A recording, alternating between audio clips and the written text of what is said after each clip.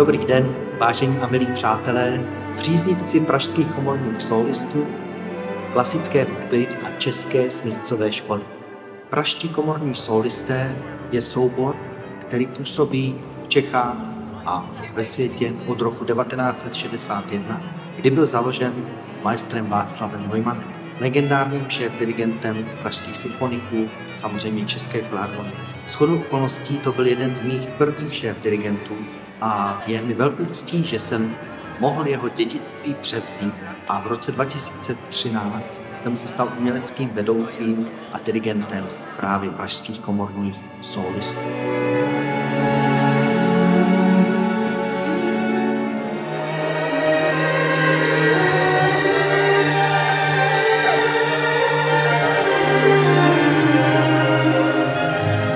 Dovolte mi, abych vás pozval na druhý cyklus koncertů, který pořádáme v rámci rezidence FOK, tady v tomto prostoru kostela svatého Šimona a Judy.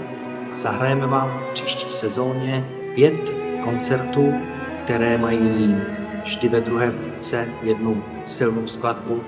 Uslyšíte řadu skvělých sólistů a mám velkou radost, že naše pozvání přijal můj kamarád a spoluhráč z Berlínské filharmonie, koncertní mistr Guy Braunstein, který bude vlastně prvním hostujícím dirigentem a zároveň sólistou druhého koncertu.